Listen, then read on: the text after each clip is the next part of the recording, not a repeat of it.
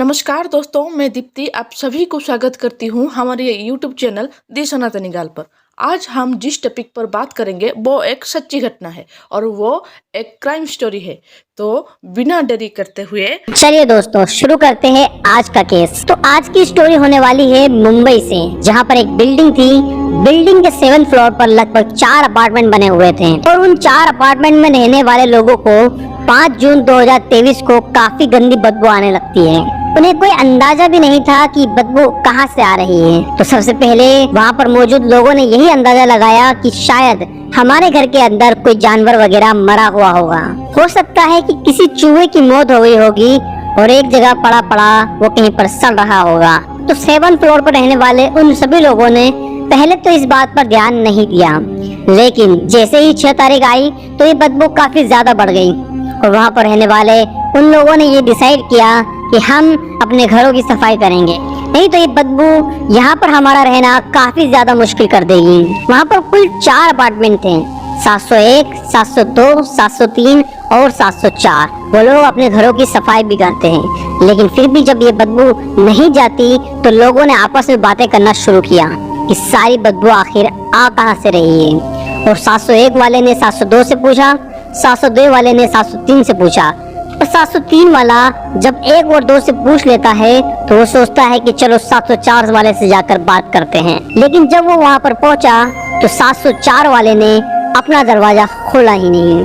पहले तो उन लोगों ने इस बात पर ज्यादा गौर भी नहीं किया और वो 6th फ्लोर पर जाकर इस बारे में पूछने लगे। तो वहाँ के लोगों ने कहा कि हमारे यहाँ तो कोई भी बदबू नहीं आ रही है। तो वो वापस ऊपर जाते हैं और उसके बाद जाकर टॉप फ्लोर पर चेक करने लगते हैं कि हो सकता है यहीं से बदबू आ रही हो, लेकिन वहाँ पर भी उन्हें कुछ नहीं मिलता है। तो फिर से एक बार 703 में रहने वाला सोमेश जहाँ पहुँचता है अपार्टमेंट नंबर 704 के पास और वहाँ पर लगातार अब की बार दरवाजा खड़खड़ाने लगता है, क्योंकि पिछली बार वो दरवाजा खड़खड़ा कर चला गया था। इस बार वो नहीं जाता है और वहीं पर खड़ा रहता है और अब की बार वो उसके अंदर रहने वाले उस व्यक्ति से बात करना चाहता था। और इसी वेट करने के दौरान उसने ये बात फील की कि जितनी भी बदबू है वो लगभग इसी अपार्टमेंट के अंदर से आ रही है। वो दरवाजा खड़खड़ाने के बाद थोड़ी देर वहाँ पर वेट करता है, लेकिन फिर भी किसी ने अभी तक वहाँ पर दरवाजा नहीं खोला था। लेकिन अब जब वो 704 के बाहर खड़ा ही था तो उसे बदबू नहीं जबकि खुशबू महसूस होने लगती है और उसे ये बात फील हुई कि जो भी व्यक्ति 704 के अंदर है उसने अभी अभी यहाँ पर रूम फ्रेशनर डाला है। तो सोमेश सीधा नीचे जाता है और बिल्डिंग मैनेजर से इस बारे में बात करता है और कहता है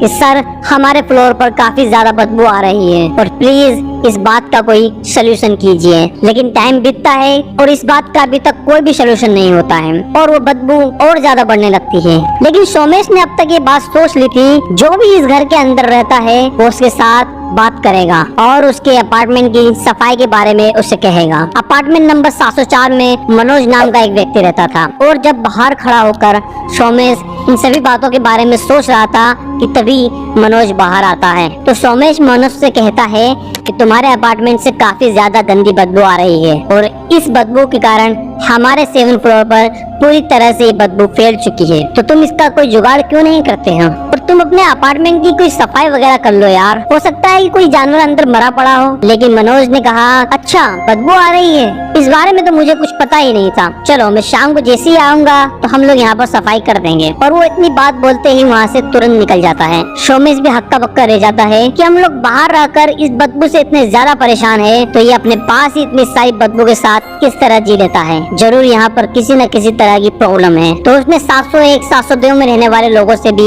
इस बारे में बात की और वो तीनों ही जा पहुँचते हैं बिल्डिंग मैनेजर के पास। और जब इन तीनों ने मिलकर डिस्कस किया तो उन्हें याद आया कि दिल्ली में कुछ दिन पहले एक हादसा हुआ था, जहाँ पर एक बंदे ने एक लड़की को बड़े ही बुरे तरीके से काट कर फ्रिज में सेट कर दिया था। और हो सकता है वही मामला हमारे यहाँ पर भी हो, क्योंकि 704 में रहने वाला मनोज और उसकी पत्नी सरस्वती ये दोनों ही काफी ज्यादा अजीब हैं, क्योंकि 7th फ्लोर पर कुल 4 अपार्टमेंट है, 701, 702, 703, 704। इन तीनों की आपस में बड़ी अच्छी बनती है, लेकिन 704 वाले मनोज की अगर बात की जाए तो वो बिल्कुल चुपचाप रहता है और उसकी वाइफ भी ज्यादा किसी के साथ नहीं होती और हो सकता है वहाँ पर किसी न किसी तरह की कुछ प्रॉब्लम चल रही हो। और इसी बात को ध्यान में रखते हुए उन लोगों ने पुलिस के पास कॉल कर दिया। पुलिस बिल्डिंग मैनेजर के पास आई और बिल्डिंग मैनेजर उन्हें 704 के बाहर लेकर गया और वहाँ पर आने वाली दुर्गंध को सुनकर पुलिस वालों को अंदाजा हो गया कि हो ना हो अंदर किसी न किसी तरह की प्रॉब्लम चल रही है, क्योंकि इस तरह के वो पहले भी काफी सारे केस सॉल्व कर चुके हैं और वहाँ पर भी बिल्कुल इसी की सिमिलर बदबू आ रही थी। तो पुलिस ने वहाँ पर मौजूद लोगों की सहमति के साथ उस दरवाजे को तोड़ दिया। लेकिन जैसे दरवाजा तोड़कर वो लोग अंदर घुसते हैं तो पुलिस सबसे पहले तो रूम के अंदर जाती है, लेकिन जितनी स्पीड से वो लोग अंदर जाते हैं उतनी ही स्पीड से वापस बाहर आ जाते हैं, क्योंकि अंदर बहुत ज्यादा गंदी बदबू आ रही थी। पुलिस वाले बाहर आते हैं, रुमाल और मास्क लगाकर वापस अंदर जाते हैं। अंदर घुसते ही उन लोगों को पता चलता है कि सामने ही एक लकड़ी काटने वाली आरी पड़ी है और इस चीज को देखते हुए पुलिस वालों को शक होना शुरू हो जाता है और वो लोग सबसे पहले उनके बेडरूम में जाते हैं, उसके बाद बाथरूम में जाते हैं और इसी के साथ उन लोगों ने फ्रिज भी खोला। हो सकता है कि दिल्ली वाला हादसा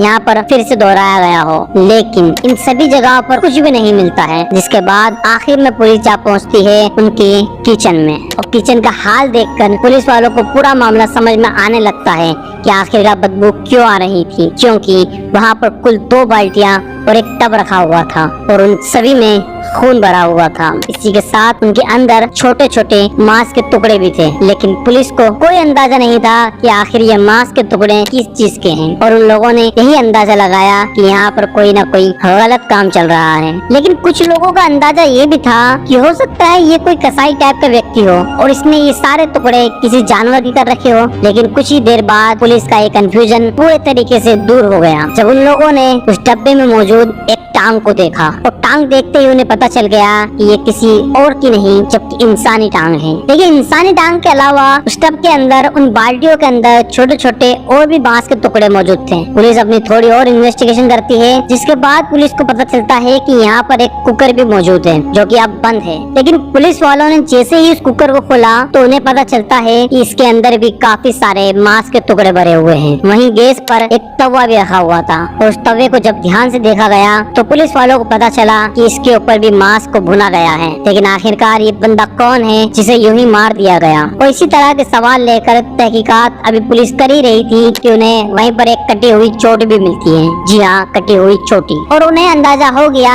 कि ये जो सारे के सारे बॉडी पार्ट्स हैं, छोटे छोटे पीसेस में जो कटे गए हैं, ये किसी और के नहीं जबकि किसी महिला के हैं और उसकी ये चोटी मिल चुकी है। पुलिस वालों ने जब वहाँ पर आसपास में मौजूद लोगों से पूछताछ की तो उन्होंने बताया कि यहाँ पर एक कपल रहता है जिसमें पति का नाम मनोज और उनकी पत्नी का नाम सरस्वती है। मनोज को तो हम लोगों ने सुबह ही देखा है, वो अपने काम पर गया था, लेकिन उसकी पत्नी को देखे हुए लगभग 2 से 3 दिन बीत चुके हैं और हमें नहीं पता कि वो कहाँ पर होगी। तो पुलिस वालों ने अंदाजा लगाया कि हो सकता है ये सरस्वती ही हो, लेकिन इस बात को पूरे तरीके से तो सिर्फ मनोज ही बता सकता था, तो हम लोगों को उसे ही पकड़ना होगा। लेकिन जैसे ही हम लोग उसकी छानबीन शुरू करेंगे, उसे ढूंढने के लिए निकलेंगे, तो हो सकता है उसे पता चल जाए और वो यहाँ से रफू चक्कर हो जाए और उसके बाद तो उसे ढूंढना और भी ज्यादा मुश्किल हो जाएगा। तो पुलिस वालों ने ये प्लान बनाया कि वो अपने 2 ऑफिसर्स को सिविल ड्रेस में यहीं पर छोड़ देंगे और हम लोग बाहर जाकर उसकी वेट करेंगे, क्योंकि पुलिस की गाड़ियां वगैरह देखकर, पुलिस वालों को देखकर उसे यहाँ से भागने का मौका नहीं देना है। तो पुलिस वाले वहीं पर मनोज की वेट में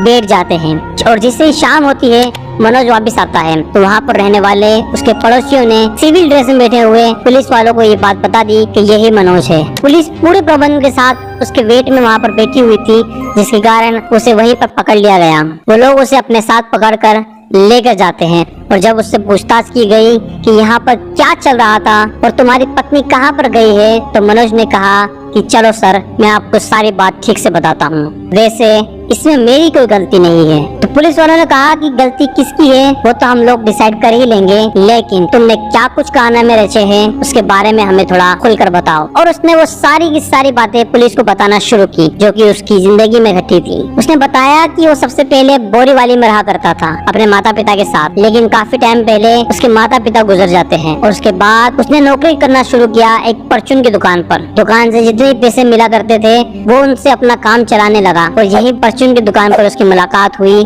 सरस्वती से। वो अक्सर उसकी दुकान पर सामान लेने के लिए आया करती थी और सारी चीजें इसी तरह चल रही थी कि इसी बीच उसका एक एक्सीडेंट हो जाता है। एक्सीडेंट में उसका काफी ज्यादा खून बह जाता है, जिसके बाद उसे और खून चढ़ाया जाता है और वो ठीक हो जाता है। लेकिन कुछ ही दिनों बाद वो फिर से बीमार पड़ने लगता है और जब वो हॉस्पिटल जाता है, अपना चेकअप वगैरह करवाता है, तो उसे पता चलता है कि वो HIV पॉजिटिव है। उसने अपने और भी टेस्ट करवाए और उन सभी टेस्ट में उसे अंदाजा होता है कि जब उसका एक्सीडेंट हुआ था और उसे जो वो खून चढ़ाया गया था उसी के कारण उसे बीमारी लगी है। वो इस बीमारी की दवाई लेने लगता है और फिर से अपने काम पर लौट जाता है, जहाँ पर उसकी फिर से सरस्वती से मुलाकात होने लगती है और ये दोनों एक दूसरे के काफी ज्यादा नजदीक आ जाते हैं। आखिरकार इन लोगों ने रिलेशनशिप में आने की सोची और इन्होंने शादी भी कर ली, लेकिन अब खर्चे बढ़ने लगे थे। फ्लैट तो मनोज ने अपना बोरीवली वाला फ्लैट किराए पर दे दिया, जहाँ पर उसे 35,000 रूपए महीना किराया मिलने लगा। खुद मीरा रोड पर मौजूद एक फ्लैट में जाकर रहने लगा, जहाँ पर उसका खर्चा सिर्फ 10,000 आया करता था।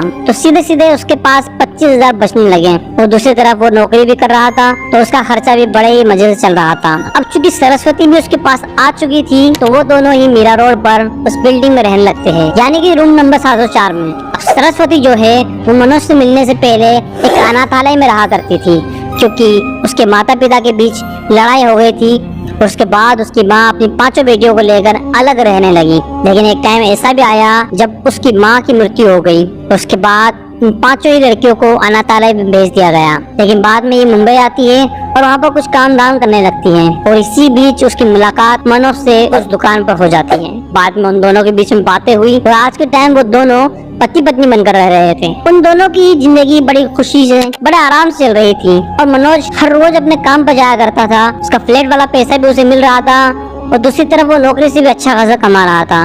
लेकिन जिस दुकान पर वो काम किया करता था, किसी कारणों के चलते वो दुकान बंद हो गई और उसकी नौकरी चली गई। अब वो वापस अपने घर आ जाता है और उसकी वो नौकरी जाने के बाद पैसे की घर में काफी ज्यादा किल्लत आना शुरू हो जाती है और पैसों की कमी के कारण मनोज और सरस्वती के बीच लड़ाइयाँ होने लगती है। लड़ाई का एक और कारण मनोज ने ये बताया कि सरस्वती उसके ऊपर शक किया करती थी कि बाहर उसका किसी और के साथ अफेयर चल रहा है। मनोज ने काफी दिनों तक सरस्वती को समझाया, लेकिन वो नहीं मानी और एक दिन ऐसा आया जब वो वापस काम ढूंढकर अपने घर पहुंचा तो उसने देखा कि सरस्वती ने जहर पी लिया है और उसकी मृत्यु हो चुकी है। पुलिस वालों ने पूछा, अगर उसने जहर खा लिया था और वो मर गई थी तो तुमने पुलिस में कंप्लेंट क्यों नहीं की? तो मनोज ने बताया कि मुझे इस बात का काफी ज्यादा डर लग रहा था कि हो सकता है पुलिस वाले इस बात को मेरे ऊपर ही डाल दे और मुझे जेल भेज दें। तो मैंने ये बात सोची कि क्यों ना मैं इस बॉडी को ही ठिकाने लगा दूं, लेकिन पूरी की पूरी बॉडी को किसी जगह लेकर जाऊंगा तो सारे लोग मुझे देखेंगे, क्योंकि मैं बिल्डिंग के 7th फ्लोर पर रहता हूँ और भले ही मैं इसे किसी भी टाइम लेकर जाऊँ, हो सकता है कोई ना कोई मुझे देख ले। और उसके बाद अगर वो मुझसे पूछते हैं कि क्या कर रहे हो, किसे लेकर जा रहे हो, तो मैं कुछ बता नहीं पाऊंगा। तो मैंने यही फैसला किया कि मैं इसके छोटे छोटे टुकड़े करूंगा और उसके बाद उन्हें ठिकाने लगा दूंगा। तो मैंने सबसे पहले दुकान पर जाकर थोड़े हथियार खरीदे, जैसे कि एक हथौड़ा, एक आरी, एक पेड़ को काटने वाली कटर और कुछ और सामान भी लिया। और वापस अपने घर आने के बाद सरस्वती के छोटे छोटे टुकड़े करना शुरू कर दिए। लेकिन मुझे इस बारे में भी पता था कि मैं ज्यादा से ज्यादा इसके टुकड़े कम समय में नहीं कर पाऊंगा, उससे पहले ही ये बॉडी सड़ने लगेगी। तो मैंने उसके छोटे छोटे टुकड़े करके उन्हें उबालना शुरू कर दिया और उबालने के बाद उन्हें मैं तवे पर फ्राई भी करता था। कुकर में मैं उन्हें इसलिए उबालता था ताकि उनके अंदर से बदबू ना आए। उसके बाद मैं तवे पर भी उन्हें फ्राई करता था कि इनमें से थोड़ी भी दुर्गंध बाहर न जाए। और इतना करने के बाद काफी सारे ऐसे शरीर के अंग मौजूद थे जो कि बिल्कुल लिक्विड तौर पर हो जाते हैं, तो मैं उन्हें फ्लश कर देता। और इसके अलावा जो मांस के टुकड़े बचते मैं उन्हें लेकर सुबह सुबह निकल जाता, इससे पहले कि कोई और जाग पाता। और बहुत ही कम लोग ऐसे थे जो कि उस टाइम सुबह सुबह घुमा करते थे। तो मैं उन छोटे छोटे टुकड़ों को उठाकर बाहर ले जाकर कुत्तों के सामने डाल देता। पिछले काफी दिनों से सोसाइटी में रहने वाले लोग भी इस बात को लेकर काफी ज्यादा कंफ्यूजन में थे कि ये कुत्ते जो कि हर रोज हमारी वेट किया करते थे रोटी खाने के लिए, आजकल हमारी रोटी सूंघते भी नहीं है। आखिर में इसका कारण क्या है? तो उसका कारण ये था कि मनोज हर रोज अपनी वाइफ सरस्वती की बॉडी के छोटे छोटे टुकड़े करके उन्हें उबाल कर तवे पर फ्राई करने के बाद उन्हें कुत्तों को डाल देता था। और कुत्तों का अगर एक बार पेट भर जाए तो उन्हें और क्या ही चाहिए। लेकिन पुलिस वालों को उसकी इन बातों पर विश्वास नहीं था और पुलिस वालों को अंदाजा यही था कि हो ना हो इसने ही चाकू वगैरह मारकर सरस्वती की हत्या की होगी।